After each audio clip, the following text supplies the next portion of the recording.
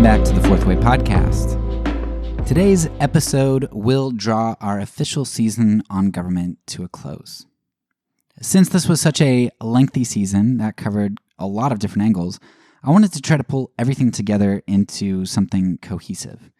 I know I already had a somewhat of a conclusion prior to our interview episodes and such, but I wanted to, after all of that, because there was so much more content still, I wanted to kind of have a second conclusion. So what are the big takeaways from the season? Before I get into those, I do want you to note that this episode is going to be extremely condensed, an extremely condensed summary of the season. I don't want you to listen to this episode alone and decide your views on government or decide that I'm wrong. It's hopefully a good outline and a jumping off point for you to start here, but this is not meant to stand alone. It is a conclusion of a season where we talk about the takeaways that we can have. So let's dive in. For me, my starting place when it comes to government is Christianity, and I absolutely have to begin there and stay there, really. A lot of people are going to tell me that as a Christian, my Christian tradition should be to accept war and government because that's really the long-standing Christian tradition. I mean, since Augustine, really, Constantine, 320-ish, war and violence has been a part of what Christians have accepted. And while I do value tradition, my goal is to emulate the tradition which gets me the closest to the heart of Jesus, because Jesus is the pinnacle, not Constantine, not the Middle Ages, not the Reformation. My pinnacle is Jesus Christ. When we look at how the Ante-Nicene Church handled violence in politics, the church before the Nicene Creed, before Constantine, they avoided church and politics like the plague. At the same time, they refused to avoid the plague like the plague. They were jumping back into cities where there was the plague, and they were helping people. They cared about positive justice, and the way that they moved forward in the world was to be with the poor and the sick and the dying. The Ante-Nicene Church ran into the midst of hardship.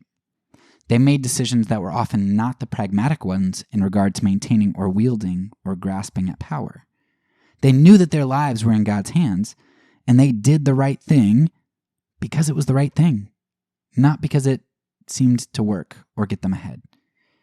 Christendom and the post-Constantinian church is a move away from that tradition in regard to violence and in regard to government. Jesus is the king, and there is no king but Christ. All other self-proclaimed kings are usurpers. But I know what everyone's going to say to this, right? Okay, even if we grant that violence is problematic for Christians, why does that have to preclude us from government? Can't we be anti-capital punishment, kind, gentle rulers? It seems to me that at the higher levels of government, that's impossible. The last and only, as far as I know, pacifist president was Woodrow Wilson, and he took us into World War I. And Nixon, with his Quaker Association, kept us fighting and killing and murdering in Vietnam. When you're a commander-in-chief, you can't help but do violence, and Aidan Balu lays this out so well in his work, which we took an episode to discuss against government. Our Constitution lays out what our government can do, and we have a commander-in-chief, and so to participate in what is constitutional, that is used to do great evils, it's got our name slapped all over it. But going even further down the food chain, I can't see how somebody can be a legislator without doing violence. Every single law made is enforced by the end of the sword. And if our commander-in-chief is problematic for Christians, and creating laws to rule over our neighbors by the sword is problematic, then how can we vote for these positions and become accomplices to the violence? What is voting backed by coercive force rather than tyranny of the majority? Is there much of a difference in the end result between the tyranny of a majority and the tyranny of a minority? In either case, the other group is forced to comply via the threat of force and violence. Now, I think it's reasonable to think that a Christian may be able to participate in government as, say, a postal worker or a public school teacher or maybe even a low-level official in the county. Those are obviously context dependent, but I don't think that government itself is problematic. I mean, what is government exactly? When a few people get together in their neighborhood and make a decision, or a church establishes an ecclesial body, isn't that, in a sense, government? So it's not the formation of groups which makes decisions or performs actions for a community which is problematic, but it's rather that when the coercion and violence come into play, that's when it's a problem. And when coercion and violence are written into your constitution and laws, how can you participate in those? This is where I think a lot of the nonviolent community, particularly the liberal side, goes wrong. They may despise Stalin for his violent form of socialism, but they praise Bernie Sanders for his democratic socialism. Now, don't get me wrong, I'm not equating Bernie to Stalin, but how would Bernie accomplish his socialistic goals? Through the use of force, of course. If he raises taxes or increases the minimum wage, how's he going to get that money? How's he going to acquire it? It's not through donations, but through the government saying, give me your money or else. And if you don't pay, police come to your house, seize your property, throw you in jail, and if you resist having your goods taken from you, they might end up shooting you. It doesn't matter whether you're a Democrat or Republican, socialist or capitalist, your government runs on the threat of and capacity to carry out violence. We did take a look at capitalism and socialism a little this season, and this is also where I part ways with a lot of Christian anarchists and people in my conservative Christian community. I just don't see socialism as inherently worse than capitalism. Capitalism, as run by the government, may look shinier, but the deck is stacked in its favor. The U.S. has staged coups, overthrown and assassinated democratically elected leaders, embargoed, sanctioned, and every other dirty trick in the book to countries that sought to escape the oppression of empire. Iran, Cuba, Guatemala, and Haiti are just a few of the worst examples.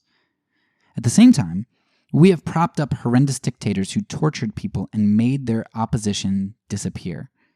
We supported all sorts of guerrilla terrorists in South America, a torturous and murderous dictator in Iran, Fulgencio Batista's reign of terror in Cuba, Al-Qaeda's terrorism against Russia, and currently Saudi Arabia's genocidal exploits in Yemen. Capitalism doesn't look like shiny Las Vegas. Well, I guess it does on the outside, but that's a facade.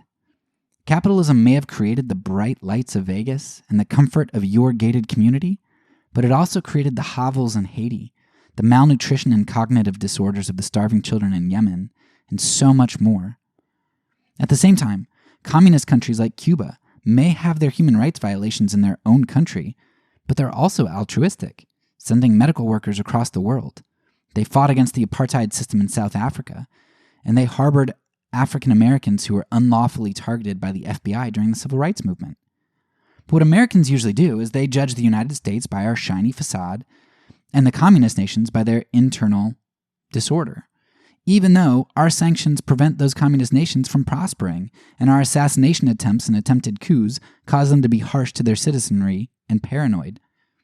As just one example, there are supposedly over 600 plots by the United States to kill Castro alone.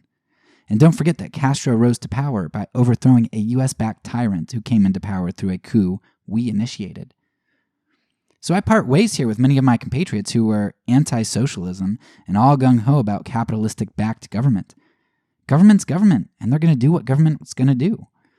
And if it looks all shiny and nice, it's likely a facade that masks the violence and terror it exports and the labor it's exploiting. And if a government looks 100% terrible to you, and like they're always in the wrong, then you've probably been brainwashed, and your history begins when your nation wants it to begin. We hate Iran because of the hostages they took, but don't know about the overthrow of their democracy and installation of a dictator. We hate Cuba because Castro overthrew the government, yet we don't know that the government he overthrew was illegitimate and tyrannical, and one of our own creation and support. And the list goes on. Government is government. It's wicked, violent, and self-interested. But on top of being wicked and violent, we also delved into the idea that government is ineffective. Conservatives have no problem recognizing government's fiscal ineptitude and don't want government to get involved in the economy. They tend to recognize that government screws things up. At the same time, liberals see government's malice and ineptitude in a different way. We spent a number of episodes discussing CRT throughout our season, and this discipline astutely recognizes that legislation is often politically self-serving. Civil rights cases coincidentally started to win at the same time we pitted ourselves against communism on the world stage. Godless communism, mind you. We had blacks fleeing to communist Cuba and communists calling out our human rights violations, so we started granting civil rights and slapping God onto our currency and into our pledge, while the president started national prayer breakfasts. And just when we started to give blacks their vote back, we just so happened to start the war on drugs and targeted minority communities. And all of a sudden, blacks are disenfranchised once again. We see this kind of thing happen over and over and over again. People want to prop up the government because they think that it does so much good, and it definitely does some wonderful things, but the problems that it seeks to solve are often problems of its own creation, problems it fabricates or exaggerates to gain power, or problems that the private sector could solve more efficiently. And justly. Centralizing power is often extremely ineffective, and it arguably causes more and larger problems than it solves. So what are Christians to do with this information?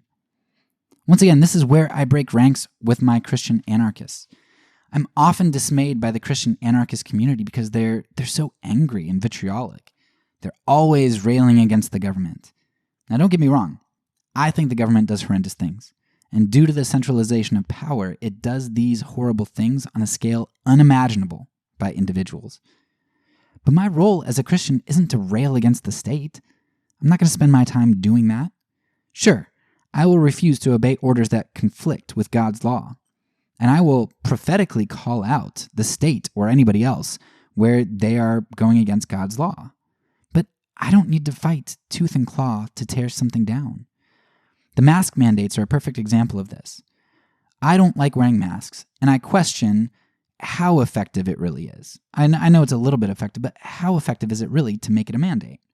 But if it helps a little, if it allays the fears of others, and if the government tells me to do it, then, like the Chinese house church, I'll just do it. Sure, the government may use this as a stepping stone to more control, and I can voice those concerns and ask questions as to the reasoning behind mask mandates. But to be so rights-oriented and focused on railing against the state for mask mandates, that's not at all a Christian posture that I think we're supposed to have towards the state. This was particularly clear to me when I did the interview with Hannah Nation and asked her how the Chinese house church responded to governmental mandates. And she said that the Chinese church sought to be good citizens whenever they could, and they were very compliant. Now that's a church which knows persecution and government control, yet their posture is one of submission, with a focus on being good citizens and compliant where they can. This is something that I don't see much in the Christian anarchist community, and something that I think Christians need to think a lot about. Yes, the Bible is very strongly against empire, but the way that Christians are to combat that isn't by tearing down the government. Christian anarchism should not be a negative politic, a politic which seeks to demolish. Instead, Christian anarchism ought to work by being a positive politic, the offering of an alternative kingdom. We should be the best and most compliant, thoughtful citizens, but we ought to go way beyond what the government does in our love and concern for our community. Christ's kingdom doesn't require us to first topple the kingdoms of this world.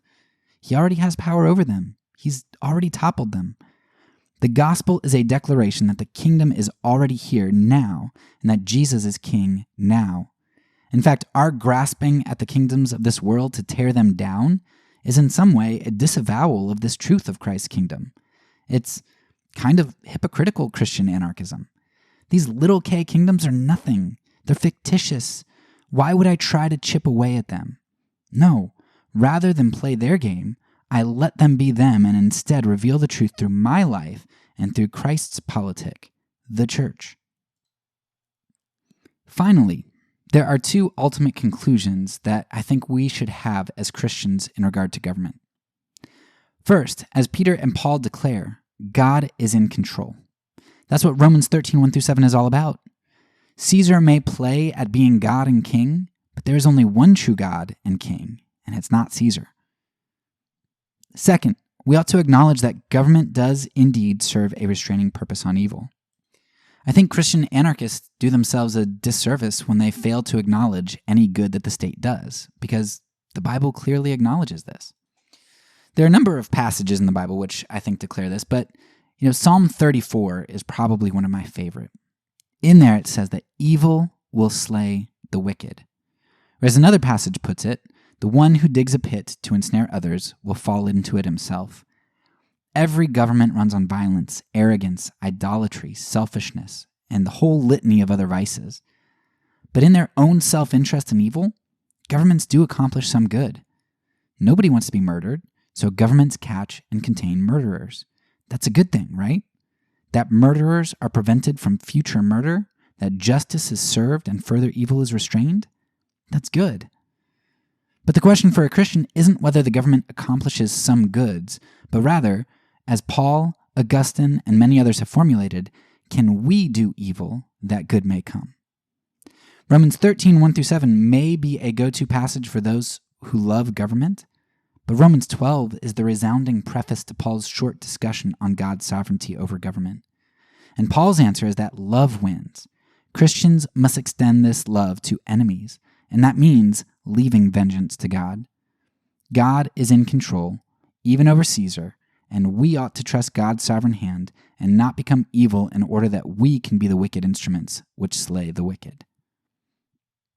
So I will acknowledge that I am thankful for the laws of our land which deter some murders and prevent others from happening by punishing murder. But while the wicked may be slain by evil, that doesn't mean that I approve of the evil instrument at all. In all things, I know that God is in control. I don't have to spend my days fighting for my rights or bemoaning the wicked empire in which I live. Instead, I want to spend my time living in the reality which I know exists, in the kingdom of heaven, where Christ reigns even as I speak right now. Through my life and my posture, I want to spend my time declaring this gospel message of victory, and not only declaring it, but displaying that to the world through the church. There is no king but Christ, and he has liberated the captives. In light of that, let us not live in captivity to our desire to take control or to slay the wicked, whether that be wicked individuals, groups, or governments. Let us instead be the hands and feet of our King. There is no king but Christ. That's all for now. So peace, and because I'm a pacifist, when I say it, I mean it.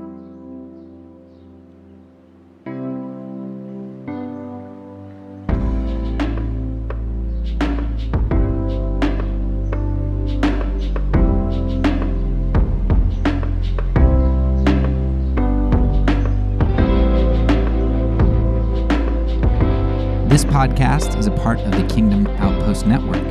Please check out the links below to find other great podcasts and content related to nonviolence and kingdom living.